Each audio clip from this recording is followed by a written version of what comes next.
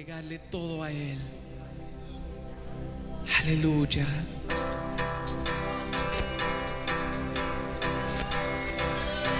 Su gracia nos dio. Por mí en la cruz Él sufrió. Sí.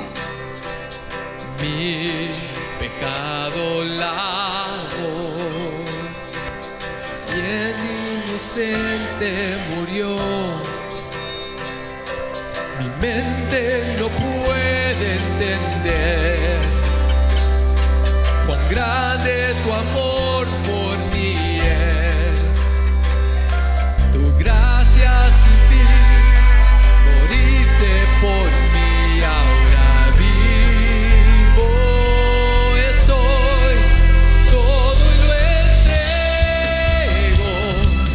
Ser como tú es mi deseo,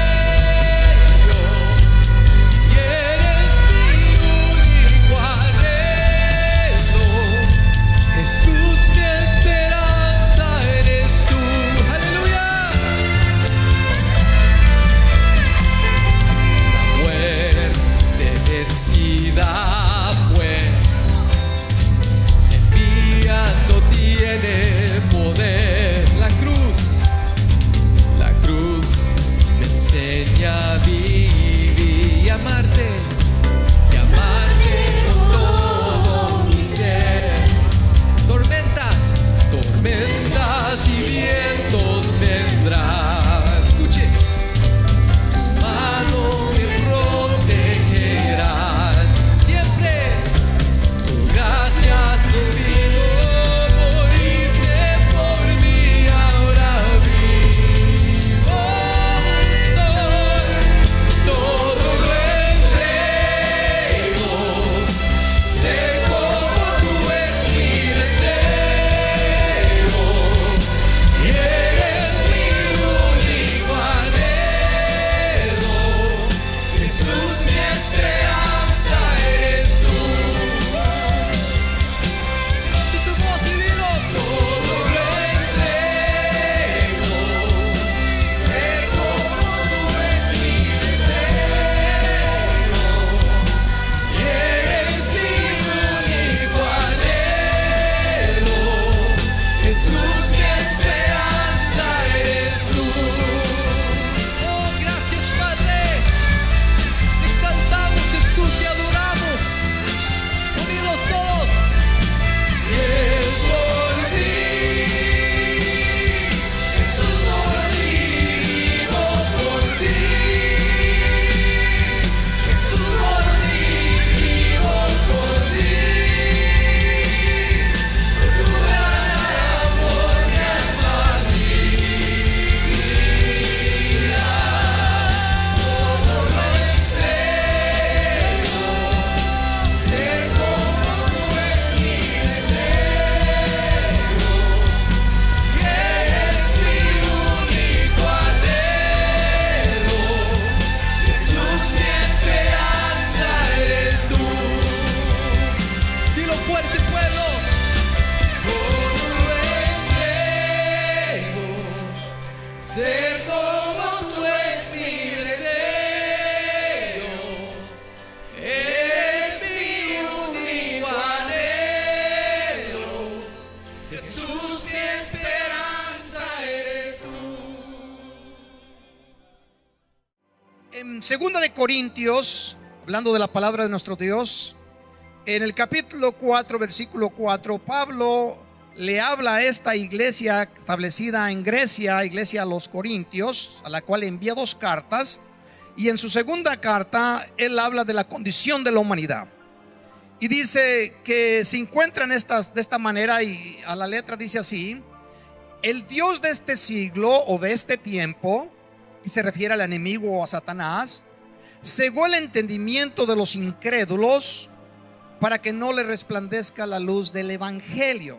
Este es el trabajo del enemigo, que va por toda la tierra con todos sus ayudadores o sus servidores, impidiendo para que la luz del evangelio resplandezca en los corazones de la humanidad, de todas las criaturas formadas por nuestro Dios. Conforme pasa el tiempo y nos acercamos más y más al final de la humanidad, como la Biblia lo describe, encontramos que la palabra de nuestro Señor Jesucristo, que declaró en los días que estuvo acá, en los años que estuvo en la tierra, se está cumpliendo al pie de la letra. En el libro de San Lucas, en el capítulo 18, versículo 8, la palabra de nuestro Dios nos dice: pero cuando venga el Hijo del Hombre, ¿encontrará o hallará fe en la tierra? Fueron expresiones de Jesús. Y Jesús, que es Dios, mirando el futuro y la condición de la humanidad, lo expresa de esta manera, interrogándole a los seguidores de él, a sus discípulos: pero cuando venga el Hijo del Hombre, hallará o encontrará fe en la tierra. Los tiempos bíblicos a nuestros tiempos no se difieren mucho en las condiciones. Han cambiado mucho en la situación de tecnología, de comodidad, de prosperidad de la humanidad. Se ha multiplicado en una forma sobrenatural, pero el problema o la condición moral sigue siendo la misma. El hombre sigue en sus desvaríos buscando cómo lograr alcanzar una felicidad que se le escapa o que no logra encontrar, porque la busca en un lugar donde jamás la podrá encontrar. La felicidad se encuentra no en una condición, no en una nación, no en una posición. La felicidad de la humanidad se encuentra en un hombre, en una persona, y ese nombre es Jesucristo, el Hijo de Dios. Es donde se encuentra la verdadera paz y la verdadera felicidad. El que lo estén buscando en toda clase de cosas los seres humanos, y lo van a seguir haciendo hasta los días finales, no cambia la posición de nuestro Dios. Y el hombre, queriendo endulzar o mitiguar o quizás minimizar el dolor que siente en su caminar, en su odisea aquí en la tierra, termina fabricando sus propios dioses, fabricando sus propias religiones, sus propias ideas. Y esto lo lanza a una confusión terrible, en la cual lo primero que pierde es su esperanza, a pesar de que por ahí se dice que es lo que se pierde al final, ya que la mayoría de la humanidad no tiene esperanza de que un día va a vivir eternamente al lado del Creador. Pero no así el pueblo creyente. El pueblo creyente sabe que nuestro caminar por la tierra es breve. Un profeta de Dios dijo que los días del hombre son como los de un correo, que estamos aquí por un momento como la gloria de una flor y desaparece cuando viene el sol y quema su hermosura. De manera que sabemos, los que hemos estudiado las Escrituras, que el final se acerca, y si este tardase un poco, nosotros nos acercamos al final. Pues en este día yo quiero compartir un poco de uno de los hombres más reconocidos en las Escrituras, uno de los apóstoles de nuestro Señor Jesucristo, que a mi parecer fue el apóstol más grande de los que Dios levantó para que llevasen el evangelio por toda la tierra, y fue el apóstol Pablo. Nombre que él mismo se dio, que su significado es pequeño. Pablo fue el escritor de la mitad del Nuevo Testamento. De las 27 cartas o libros del Nuevo Testamento, iniciando con Mateos, encontramos que Pablo escribió 13 de ellas. Y es posible que también haya escrito el 14, que en este caso es el libro de los Hebreos. Esto pondría a Pablo en el escritor, o que tendría la mayor de los libros escritos del Nuevo Testamento. Y todos ellos fueron por la revelación del Espíritu Santo de nuestro Dios. Qué lindo es cuando Dios escoge un hombre o una mujer para revelarle sus secretos, para bendecir a sus criaturas. Amén. Es algo tan especial. Ahora, en sus 3 viajes misioneros, se considera que tuvo un cuarto, pero los 3 viajes misioneros, de los cuales los teólogos están de acuerdo, Pablo visitó una comunidad en Grecia, en este caso fue en Atenas, y estaremos hablando de este viaje y de su encuentro con uno de los grupos más conocidos y más fuertes en la historia de la humanidad y en este imperio griego que había sido absorbido por el imperio romano: los filósofos griegos. Hombres que, según aún la historia todavía sigue diciendo, que fueron de los hombres más preparados en filosofía y en estudio de la humanidad. Hombres ricos, acomodados, que estaban en buenas condiciones. Y Pablo se confronta con ellos. Pero a pesar de este conocimiento, se encuentran con un hombre que estaba bien preparado en el predicar la palabra de nuestro Dios, el apóstol Pablo. Un hombre que era descendiente de hombres ricos, era una familia rica, y que tenía una posición muy reconocida en el mundo religioso, ya que él mismo lo declara siendo fariseo de fariseos, que esta era una de las posiciones más altas en el mundo religioso, que hablaban del Dios de Abraham, de Isaac y de Jacob, el Dios que creó todas las cosas. Pues Pablo escribe unas palabras de sí mismo, inspiradas por el Espíritu Santo, en Filipenses capítulo 3 verso 8, hablando de sí, y dice: y ciertamente aún estimo todas las cosas por pérdida, por la excelencia del conocimiento de Cristo Jesús, mi Señor, por amor del cual lo he perdido todo, lo he dejado todo, y lo tengo por basura. ¿Para qué? Para ganar a Cristo. Este hombre tenía sus prioridades bien establecidas, y a pesar de haberlo tenido todo, algunos asumen de que Pablo era uno de los 70 del concilio, que eran los 70 ancianos que regían al pueblo de Israel para que sirviesen a Dios. Si esta es la situación, estamos hablando de uno de los 70 de más alto posición, tanto espiritual como también hablamos de que era un hombre muy rico. Y dice que todo lo tenía por basura: las comodidades, la riqueza, la fama, el reconocimiento, todo lo tenía por basura. En otras palabras, no le daba importancia. ¿Cuál era su meta? El ganar a Cristo, el estar bien con Cristo, con el Hijo de Dios que dio su vida por él. Y esta debe de ser la prioridad de todo ser humano en la faz de la tierra. Amén. Bendígalo si lo siente en su corazón. Y en una carta que le escribe a los Corintios, en su segunda carta, dice en el capítulo 2 versículo 20: con Cristo estoy juntamente crucificado, y ya no vivo yo, mas vive Cristo en mí, revelándonos por el Espíritu Santo cuál era su posición con respecto de su fe que tenía en el Señor. Muy bien, vamos a iniciar en este día, donde yo quiero compartir en el libro de los Hechos. Estaré solamente dando lectura a unos versículos por cuestión de tiempo, pero todo el tema de esta visita del apóstol Pablo a Atenas, una de las ciudades de Grecia donde se encontraban los filósofos más reconocidos, como lo he mencionado, algunos de ellos como Sócrates, Aristóteles, Platón y otros más. Estos hombres aún la humanidad los reconoce como gentes importantes y de un conocimiento muy alto. El apóstol Pablo, después de haber sido perseguido en una de sus visitas misioneras en Tesalónica, donde estableció una iglesia, huye para una pequeña ciudad llamada Berea. En Berea se encuentra con un pueblo abrazaba más la palabra de nuestro Dios, era más humilde, la escritura lo dice, más nobles, y recibieron la palabra y escudriñaban en ella si lo que Pablo estaba predicando les era una verdad. Pero como los de Tesalónica se dieron cuenta de que Pablo andaba predicando también en Berea, mandaron un grupo de personas para perseguirle y tratar de quitarle la vida. Entonces Pablo, motivado por sus dos discípulos principales, que eran Timoteo y Silas, decidieron enviarlo, sacarlo fuera de la ciudad de Berea, y se fue a Atenas. Y ahí es donde encontramos esta historia. Vamos a dar lectura en el capítulo 17 verso 16 en adelante. Dice así: mientras Pablo los esperaba en Atenas, su espíritu se enardecía viendo la ciudad entregada a la idolatría. Quiero que entienda, cuando la Biblia menciona idolatría, la idolatría siempre va acompañada de fiestas y de inmoralidad. Los grupos religiosos de esos tiempos, adoradores de sus dioses que levantaban, siempre acompañaban estas fiestas con una inmoralidad terrible. Y el versículo que sigue dice: y algunos filósofos de los epicúreos y de los estoicos disputaban con él, y unos decían: ¿qué querrá decir este palabrero? Y otros: parece que es predicador de nuevos dioses, porque les predicaba el evangelio de Jesús y de la resurrección de nuestro Señor Jesucristo. Ahora, si usted y yo tuviéramos la oportunidad de regresar a ese tiempo y fuésemos con estos hombres tan preparados, tan educados, tan de buenas posiciones, y les dijésemos: ustedes están equivocados, en su condición de conocimiento religioso están por ninguna parte. Posiblemente estos hombres, con las influencias que tenían, nos tomarían, nos encarcelarían y posiblemente hasta nos llevaran a la horca.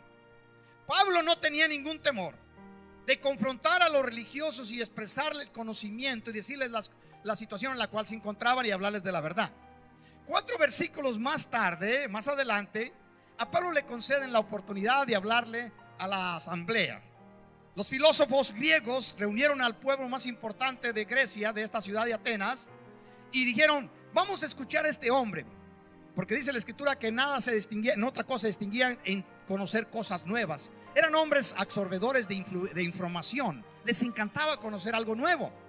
Entonces llamaron a Pablo, le dieron la oportunidad de tomar, vamos a decir, el púlpito o la palabra en el lugar más importante de la ciudad, que era el Areópago, y ahorita lo estaremos leyendo en el versículo 22. Dice: entonces Pablo, puesto en pie en medio del Areópago, dijo: varones atenienses, en todo servo que sois muy ¿qué? Religiosos.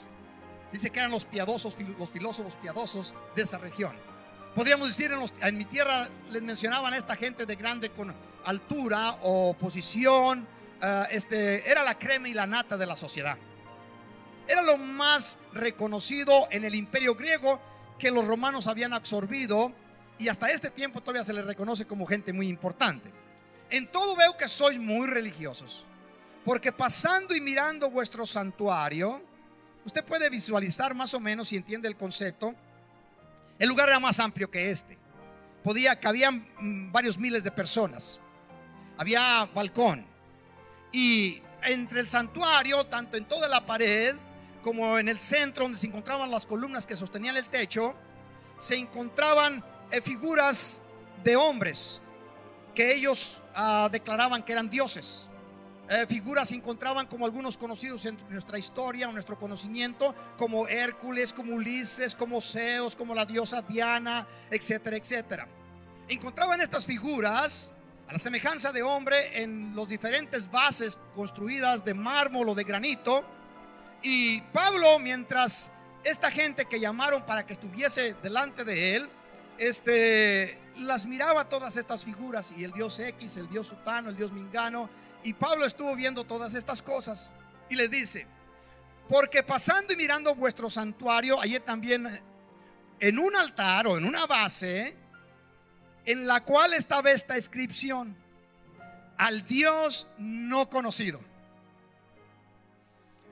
al que vosotros adoráis pues sin conocerle, es a quien yo os anuncio. Así comienza su enseñanza en ese día. Si alguien tuviera la oportunidad en este momento, podría ir a la ciudad de Atenas. Todavía en una placa de bronce está escrito: esta prédica de Pablo se encuentra ahí plasmada en letras en ese metal. Increíble. Quedó en la historia grabada, no solamente en las páginas sagradas de la Biblia, sino que también lo tiene en una placa en la ciudad de Atenas en este momento. Ahora, Pablo está hablando a un pueblo que se identificaba por ser abierto a cualquier doctrina o cualquier fe, a cualquier dios que trajeran los demás pueblos. Y ya ellos habían escuchado, cada pueblo tenía sus propios dioses, sus propias figuras, y las habían construido de mármol o de cualquier otro metal o piedra, y las tenían allí, y cada quien las adoraba, las conocían perfectamente conforme el diseño del artista. Pero en una se encontraba solamente el nombre, porque sabían, conocían del pueblo judío que ellos no podían hacer figura de Dios, pues era prohibido por el Señor en los mandamientos, en el capítulo 20 del libro de Éxodo. Dios les prohibió rotundamente de hacer figuras de él, por lo cual, según los atenienses, al Dios no conocido nadie lo ha visto. Y Pablo, ya que estos hombres, ¿cuántos de ellos adoraban a ese Dios? Solamente con la inscripción, vaya usted a saber. Pero Pablo les aclara este asunto: al que ustedes ya estáis adorando sin conocerle, es a quien yo vengo a anunciarles. Quiero decirle una cosa: que la condición de la humanidad no ha cambiado mucho en cuestión de su moral.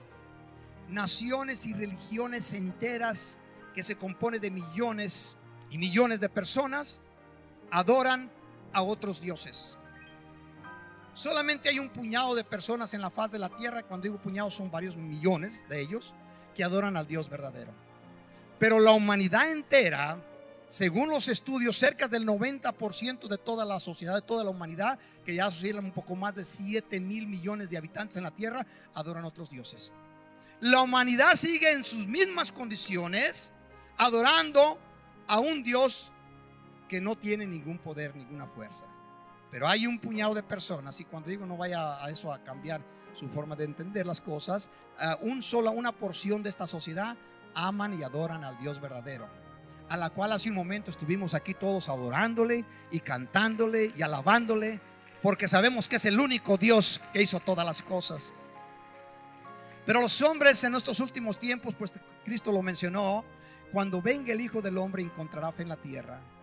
Déjeme decirle que el hombre se levanta a sus propios dioses sin entenderlo, sin comprenderlo, a veces hasta sin intención. Ahora los dioses de los hombres, principalmente en este país, están cambiando en una forma drástica. ¿Qué es el Dios? La pregunta es: ¿qué es Dios? ¿Qué es un Dios? Bueno, se ha explicado con detalle de todos los que estudian las Sagradas Escrituras. Un Dios es aquello que ocupa el lugar del verdadero Dios. Todo aquello que toma prioridad en tu vida. Como algunos tienen por Dios su trabajo. No sé si habrá alguno aquí que se identifique con eso, que la importancia mayor que da en su existencia es a su trabajo. Otros quizás a su carro, principalmente cuando lo acaba de comprar.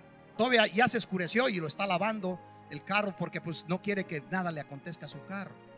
Y otros tienen como dioses su propia casa. Otros el dinero, el dólar, el poderoso dólar, the mighty dollar. ¿Sabe que la mayoría de la humanidad en la tierra son millones de personas que mueren anualmente a razón de la ambición y el problema del dinero? Cristo Jesús dijo en unas palabras: no podéis servir a dos señores, no podéis servir al Dios verdadero y al dinero. Y déjeme decirle que el apóstol Pablo, inspirado por el Espíritu Santo, da estas palabras: mas raíz de todos los males es el amor al dinero. No es el dinero, es el amor por el dinero. El hombre busca el dinero en una forma insaciable. Pero ¿cuántas personas mueren a causa de esto? O sea que para quitar la vida y robarles el dinero, o porque la persona se dedicó tanto a buscarlo que queda en el camino, en el proceso de tratándolo, de encontrarlo, y nunca lo logra. La Biblia dice que el hombre y la mujer que aman los bienes jamás se sacia de ellos. Pero el que ame al Dios verdadero tendrá recompensa en este mundo y en la eternidad para siempre. Bendiga a nuestro Dios. En el Evangelio de San Mateo, Jesucristo caminando por las calles, una multitud le seguía, y de pronto alguien prorrumpió con alta voz y dijo: Señor, viendo las condiciones, viendo la situación, son pocos los que se salvan. Entonces Jesucristo les dice en el Mateo capítulo 7 versos 13 y 14: entrad por la puerta estrecha, porque ancha es la puerta y espacioso el camino que lleva a la perdición, y muchos son los que entran por ella. Diga usted: muchos son los que entran por ella. Y luego dice el versículo 14: porque estrecha es la puerta y angosto el camino que lleva a la vida, y pocos son los que la hallan. ¿Cuántos de la humanidad, cuántos de la sociedad o de todos los pueblos andan buscando la puerta? ¿Cuántos andan buscando al Señor? ¿Cuántas personas en la tierra andan ansiosos por encontrarse con el Señor, por encontrar la verdad? Usted medita en usted mismo como persona. ¿Qué tanto énfasis pone en la búsqueda del Dios verdadero?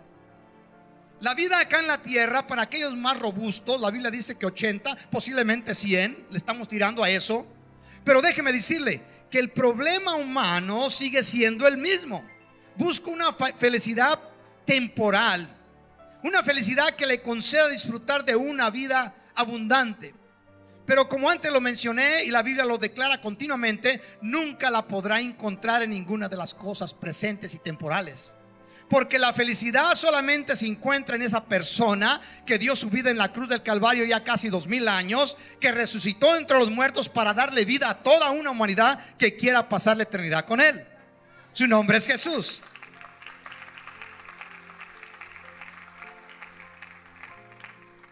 Ahora, ¿cómo sigue la prédica del apóstol Pablo en la asamblea, en el santuario de los atenienses, de estos hombres filósofos ricos y poderosos? En el versículo 24 prosigue Pablo hablándoles, dice así: el Dios que hizo el mundo, aquí les va a acabar con todos sus deseos y sueños y visiones, etcétera, etcétera. les va a decir que solamente existe uno. El Dios que hizo el mundo. ¿Cuántos creen que el creador del universo hizo todas las cosas? No hay aquí nadie que crea que viene del chango. Este hombre que inventó esta idea de la evolución, en su desesperación y guiado por el enemigo, no tenía ni idea del daño que haría a la humanidad. Y gente muy preparada, gente que va a universidades, gente que se dedica toda su vida estudiando, terminan creyendo esta gigantesca mentira de que el ser humano viene de una larva, después de un pez. El pez salió, brincó en la tierra, se subió a un árbol, se cayó y se le quebró la cola, etcétera, etcétera, y después se transformó en un hombre. Cuando usted va a las escrituras, dice así: en el principio creó Dios los cielos y la tierra, y la tierra estaba desordenada y vacía, y el Espíritu del Señor se movía sobre la tierra. Y dijo Dios: sea la luz, y fue la luz. Y empezó a crear todas las cosas. ¿Cuánto le damos gloria a aquel que está sentado en su trono? Dice: el Dios que hizo el mundo y todas las cosas. ¿Cuántas? Todas las cosas que en él hay, siendo Señor. Y no está hablando de una expresión inglés, sir, o en español, Señor. Está hablando del Señor, del dueño, de la autoridad, del poderoso que comanda todas las cosas, que en otras palabras es Lord. Siendo Señor del cielo, la expresión es Adonai en hebreo, y de la tierra, no habita en templos hechos por manos humanas. Le está diciendo, recuerden que estos consideraban que todas estas figuras eran dioses, seres poderosos. Dice: no habita en templos hechos por manos humanas. Viene la declaración: ni es honrado por manos de hombres, como si necesitase de algo, pues él es quien da a todos vida y aliento. Déjame decirte una verdad: si el Señor en este momento quisiere, con tu persona, solamente retiene tu respiro por un momento y dejas de existir. Esa es la fuerza y capacidad que tenemos los seres humanos. Puedes irte a dormir. En tu sueño, cuando estás ahí, solamente el Señor pone su mano enfrente, dejas de respirar y tu historia se cumplió, se terminó. Ese es el Señor, y lo dice aquí claramente. El Señor es dueño de toda la creación. Él ha establecido el tiempo para todas personas, lo va a explicar. Dice: ni es honrado por manos de hombres, como si necesitase de algo, como si Dios necesitase de algo. Hay veces personas que dicen: pero ¿por qué le vamos a dar a Dios? ¿Por qué es necesario darle a Dios ofrenda, etcétera? Realmente Dios no necesita absolutamente nada. Todo le pertenece a Él. Lo dijo el rey cuando daba ofrendas al Señor, que eran una gigantesca cantidad de millones y millones de dólares a nuestros tiempos. Dice: Señor, de lo recibido de tu mano te damos. Dios nos da a nosotros para que lo honremos a Él, para que el Señor pruebe en nuestro corazón cuál es nuestra condición, si es que amamos más las cosas de este mundo o lo amamos a Él. Y mi consejo en este día es que ponga su corazón en amar a Dios antes que todas las cosas, porque de ello depende su vida y su felicidad.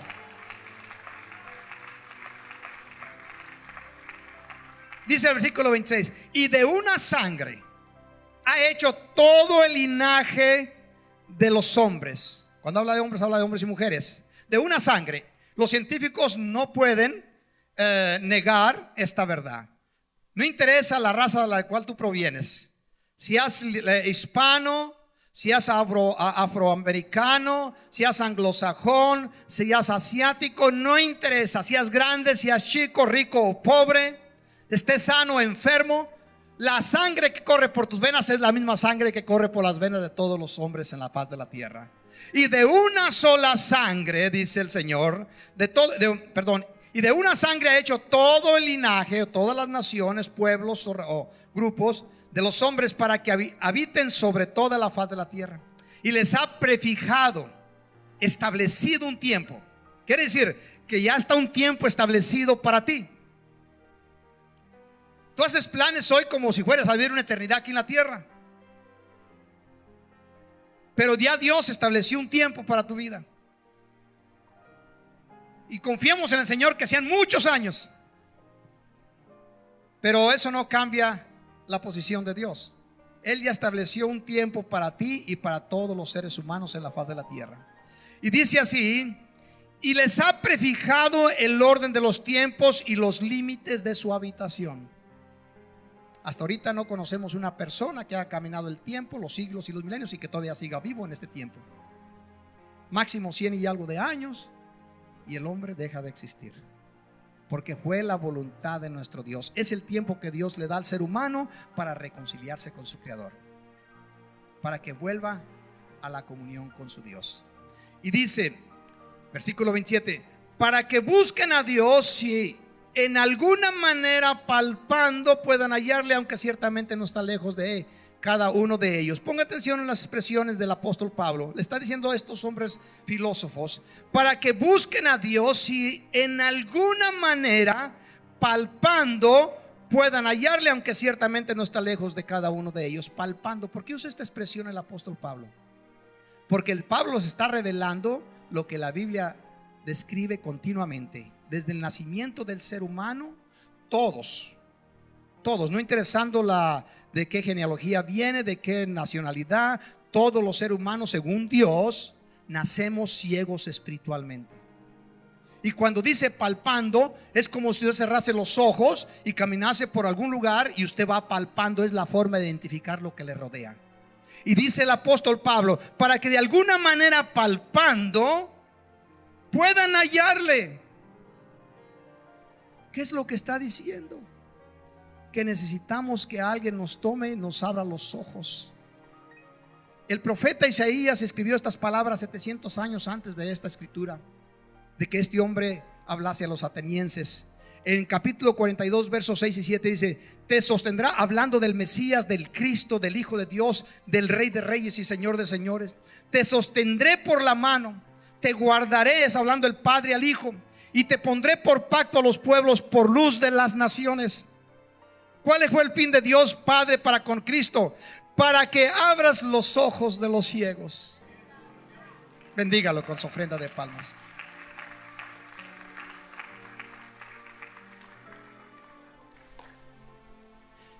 Los filósofos podían decir mil y una cosa. Nosotros tenemos mejor vista que tú, somos más preparados que tú, tenemos comodidad, somos reconocidos en el imperio, y tú vienes a hablarnos de un Dios que ni podemos ver. Ahí tenemos la escritura, pero eso no nos identifica nada. Pablo les está hablando. La única forma de que el ser humano pueda ver al verdadero Dios, tiene que hacerlo por medio de la fe. Tienen que sus ojos ser abiertos. Y el único que puede abrir los ojos al ciego no es el hombre capacitado o el hombre poderoso. El único que tiene el poder para abrir los ojos de los ciegos, espiritualmente hablando, es Jesucristo, el Hijo de Dios, a quien Dios le dio esa autoridad. Amén.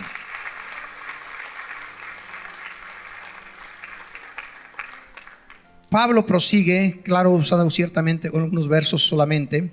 En el verso 30 de este capítulo 17 dice: pero Dios, aquí es donde les presenta la oportunidad, pero Dios, habiendo pasado por alto los tiempos de esta ignorancia. Fíjense cómo se está dirigiendo a estos hombres. Pero Dios, pasando por alto los tiempos de esta ignorancia, ahora manda. No está pidiéndoles Dios. ¿Qué es lo que dice allí? Manda, una orden. Ahora manda a todos los hombres, y está hablando del género humano, a todos los hombres en todo lugar que se arrepientan. A todos los hombres, chicos y grandes, ricos y pobres, sabios e ignorantes, a todos los hombres en toda la tierra que se arrepientan. Dice: por cuanto ha establecido un día en el cual juzgará al mundo con justicia. Bendígalo.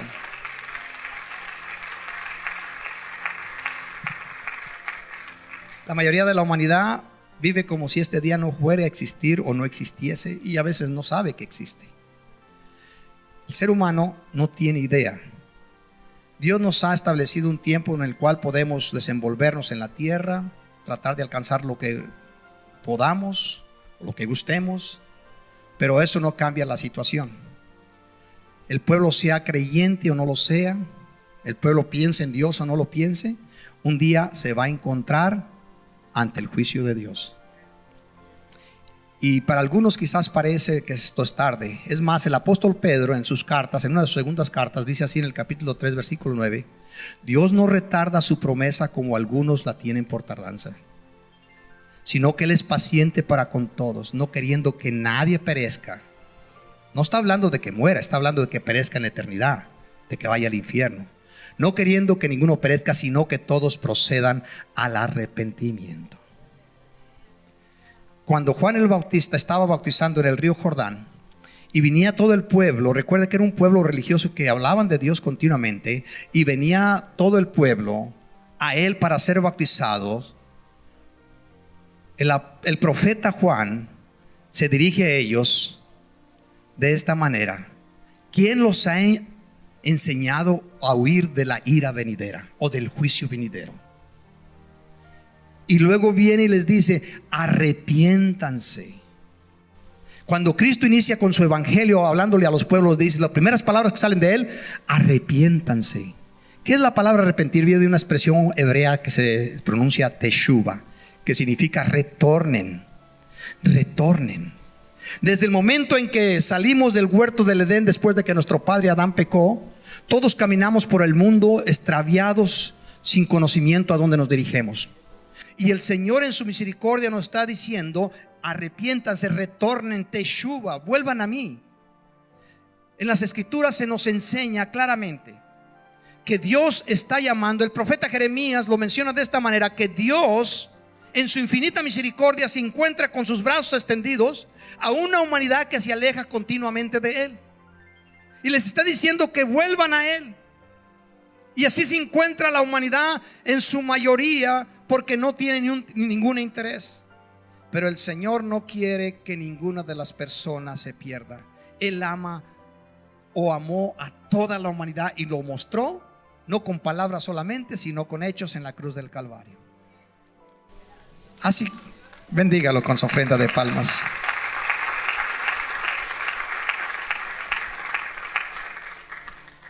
Cuando usted y yo conocemos un poco la historia, la realidad de las cosas, cómo fue que nuestro Señor Jesucristo vino y permitió ser entregado por medio de los judíos al imperio romano, Pilatos, que estaba en autoridad en ese momento en Jerusalén.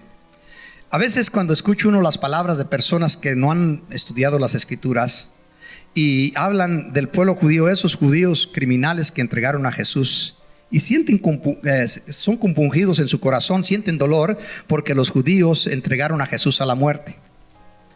Y dice, y es verdad, los judíos lo entregaron a la muerte, los romanos le quitaron la vida. Pero el problema es que la gente no entiende esto. La razón que Jesucristo, Él menciona claramente: a mí la vida nadie me la quita, yo la pongo por muchos. No fueron los judíos que le quitaron la vida a Jesús, no fueron los romanos. El que Cristo haya ido a la cruz, la culpa es tuya y es mía, y de todos los seres humanos en la faz de la tierra. Somos tan criminales nosotros como lo fueron los judíos y lo fueron los romanos. Pero aquí hay una cosa sobrenatural y difícil de comprender. Dios en su misericordia revela en las páginas de este sagrado libro que los que acepten que han ofrecido ese sacrificio a Dios como propio serán salvos. Escúcheme algo muy interesante. Dios estableció al pueblo de Israel que para poder acercarse a Él tenían que traer un cordero y sacrificárselo a Dios. Ahora Dios estableció una oportunidad para todos los seres humanos, que también viniésemos con un cordero y se lo entregásemos a Dios. Pero el cordero que tú y yo lo entregamos, no lo entregamos físicamente o literalmente, lo entregamos por medio de la fe. Vinimos al Padre en el nombre de nuestro Señor Jesucristo, entregándole ese cordero. Por eso Juan dijo: he ahí el cordero de Dios que quita el pecado del mundo. No la religión no te quita ningún pecado. No las escuelas, las universidades y los colegios no te quitan ningún pecado. No las riquezas, no el que te comportes bien o te comportes mal. Lo que te quita el pecado es el día que tú le entregas a nuestro Dios el sacrificio que Dios le agradó en la cruz del Calvario. Inmolado, dice.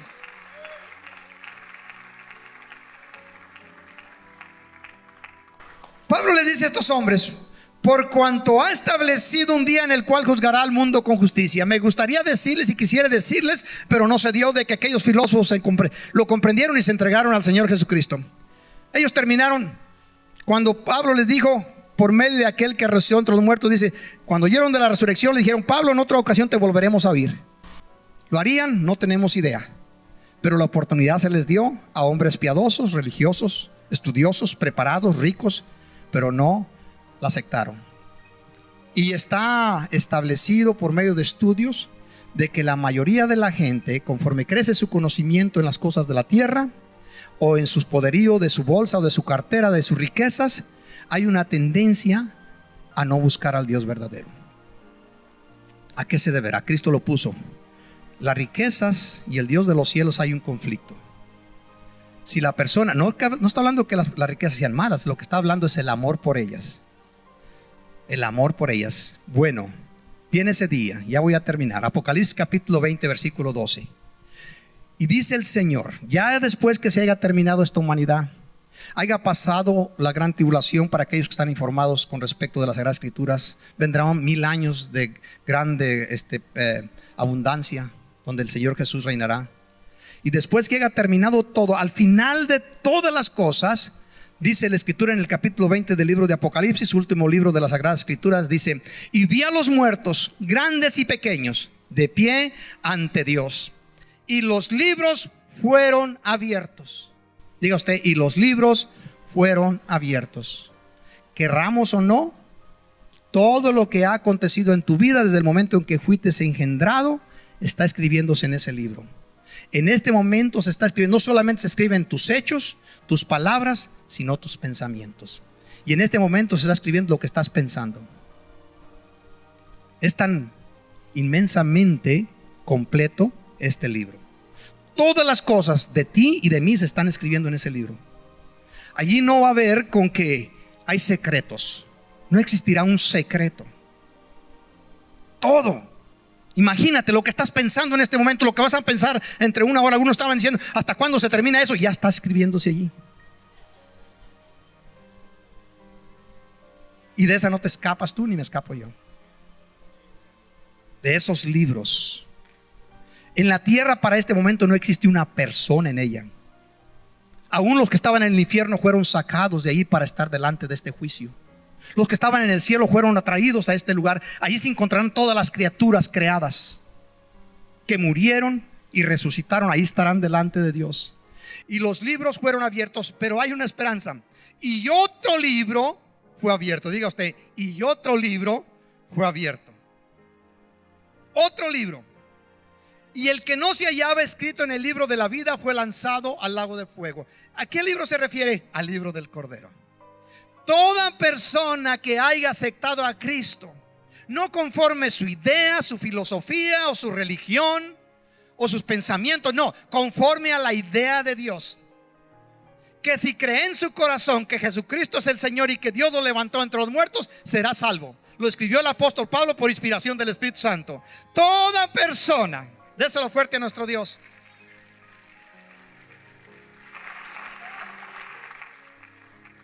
Y el que no se halló escrito en el libro de la vida o en el libro del Cordero, fue lanzado al lago de fuego.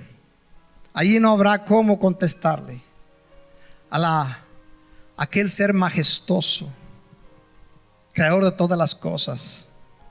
No podrá levantarse uno y ponerse de pie. ¿Pero por qué? Esto ya se terminó. Pero toda persona con conocimiento sin él, habiendo un espíritu de humildad y de sinceridad en su corazón, tuvo la oportunidad de escuchar el mensaje y aceptó a Cristo como su Señor. Dice la palabra de Dios, lo afirma, que su nombre, en el momento en que lo escribe, el momento que lo declara el hombre o la mujer, su nombre es escrito en el libro del Cordero. Imagínense. Hay una oportunidad para algunos de ustedes, para todos, sea aquellos que no lo han recibido, tanto los que se encuentran aquí como los que están viendo por televisión. Hay una oportunidad en este momento, que su nombre sea escrito en el libro del Cordero, en el libro de la vida.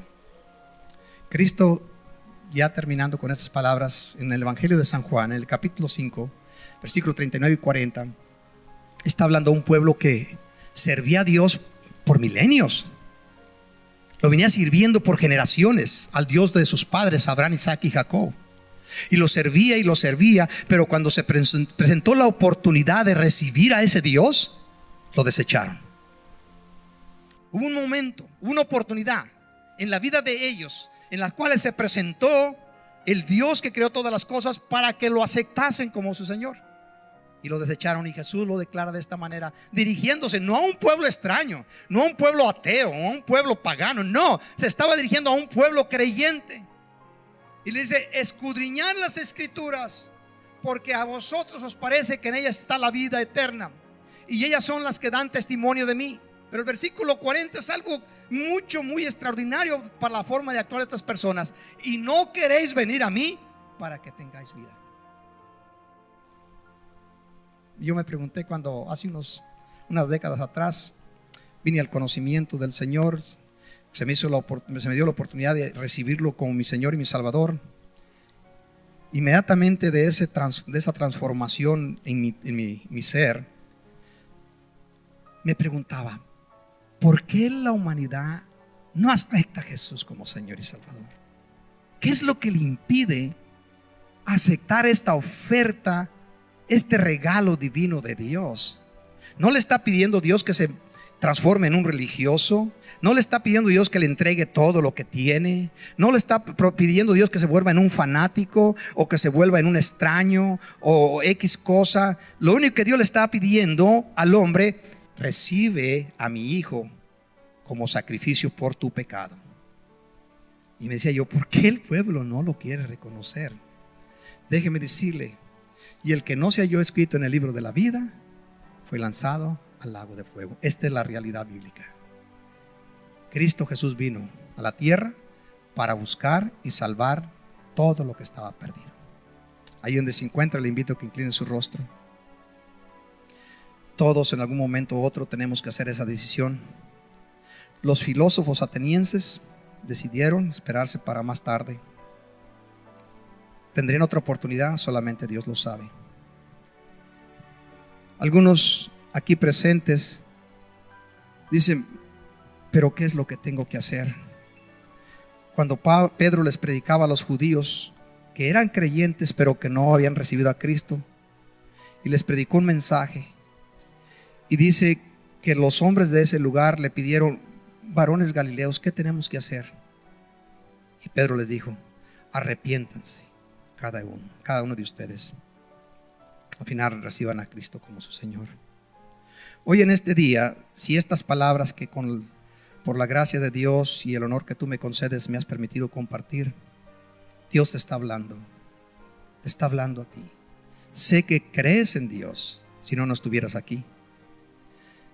Los judíos también creían en Él, pero cuando Cristo los invitó para que lo siguiesen, para que le sirviesen, no lo quisieron, no lo desearon.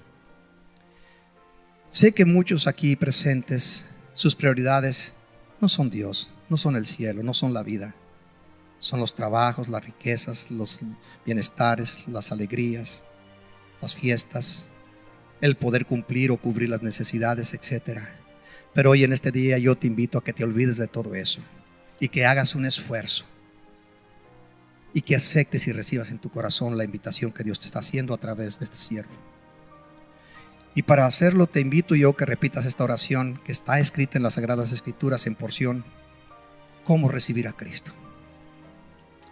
Ahí donde te encuentras, tus ojos cerrados, si tú eres una de esas personas que no está seguro de que tu nombre está escrito en el libro de la vida, tú eres una persona a la cual está invitando el Señor a través de este siervo en este momento. Repite conmigo esta oración. Si tú lo haces en fe, tu nombre será escrito en el libro de la vida. Y di así: Señor Jesús. Te invito a que lo hables fuerte, no tengas temor. Di: Señor Jesús, en este momento yo reconozco que he pecado contra ti, contra mi prójimo y aún contra mí mismo, y que no me puedo salvar por mis buenas acciones o por mi fuerza o poder. Vengo a ti en este momento. Hay una invitación para mí de que te reciba como mi Señor. Yo te recibo, te acepto en mi corazón. Te pido que me ayudes a conocerte mejor y que me conserves para tu reino. Por tu misericordia y bondad para conmigo, escribe mi libro en el libro de la vida en este momento. En el nombre de Jesucristo te lo pido, Padre, y en ese nombre te doy gracias. Amén. En amén. Den una ofrenda de palmas a nuestro Dios.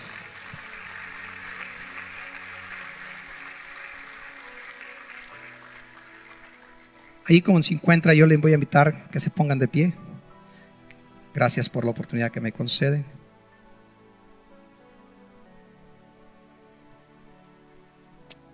Jesucristo dijo estas palabras: que si alguno se avergonzase de él en la tierra, también él se avergonzaría delante de sus ángeles, delante de nuestro Dios.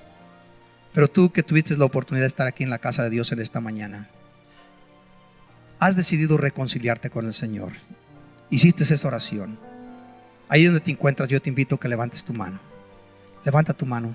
Dios me lo bendiga. Dios me lo bendiga. Señor me lo bendiga. Dios me lo bendiga.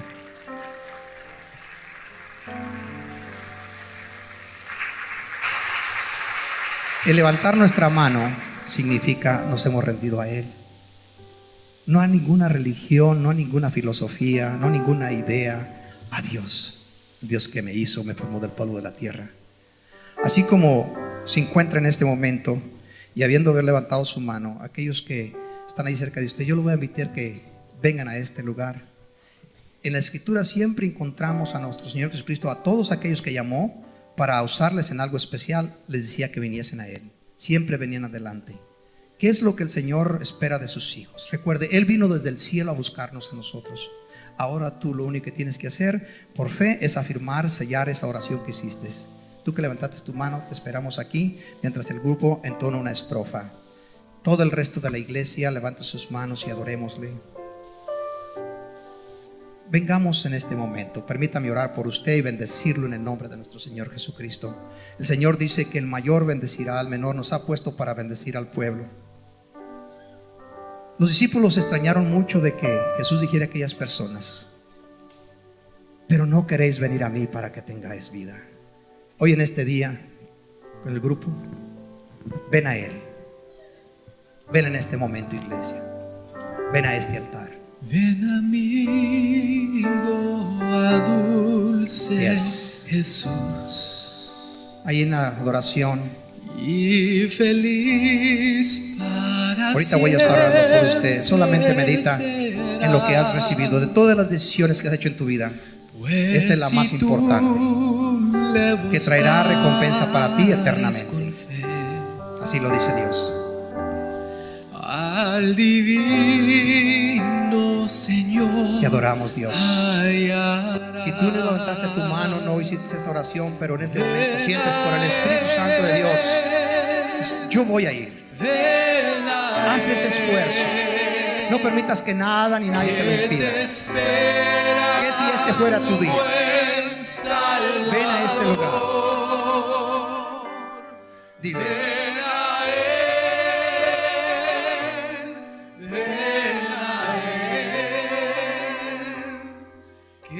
te espera tu buen Salvador. Ven a Él. Entona la iglesia. Ven a Él. Que te espera tu buen Salvador. Ven a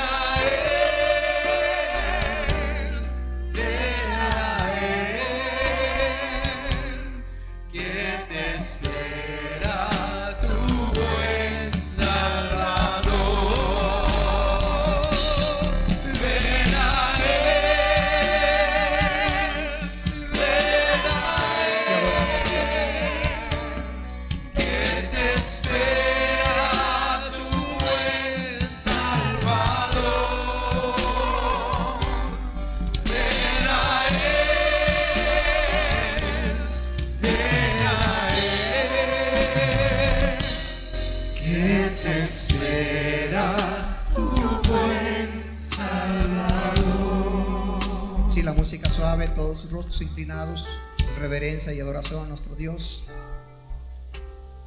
solamente un momento más, unos minutos.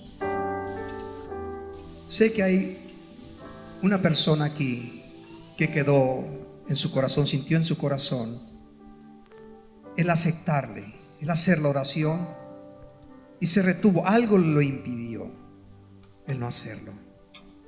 También ha habido la oportunidad de venir a este altar para sellar esta comunión con el Señor y también se quedó en las mismas condiciones. Mientras la música suave, te vamos a dar oportunidad. Él no quiere que nadie se pierda. Escucha, esto no es algo que tú vas a invertir, es algo que vas a recibir de nuestro Dios. Es algo que Dios te está ofreciendo. Hace mucho tiempo yo hablaba con una persona que me preguntaba, ¿cuál es el pecado más grande que el ser humano puede cometer? Y buscando el rostro de Dios le pregunté al Señor, porque podíamos hablar de 1001 pecados que se practican en la tierra, y de pronto el Espíritu Santo de Dios habló a mi corazón. Dímele esto: el pecado más grande que el ser humano pueda cometer es que se le ofrezca la oportunidad de recibir a mi hijo y que lo rechace. Ese pecado no será perdonado ni en este tiempo ni en el venidero. Así que en este día, si tú eres una de esas personas, entonamos solamente una porción de la estrofa y te invito a que pases a este altar. Yo sé que los que están aquí ya tienen un momento, pero déjame decirte, la eternidad está siendo sellada para ti, para tu vida y toda tu descendencia. Entonemos esa estrofa una vez más. Mientras tú te encuentres ahí, platica con nuestro Dios. Dile: Señor, gracias por haberme aceptado, gracias por recibirme. Mientras damos la oportunidad a aquellas personas que no están seguros, pasen a este altar, pasen a este altar, pasa en este momento. Ven a Él, ven a Él, que te espera tu buen Salvador. Él es tu buen Salvador. Ven a Él.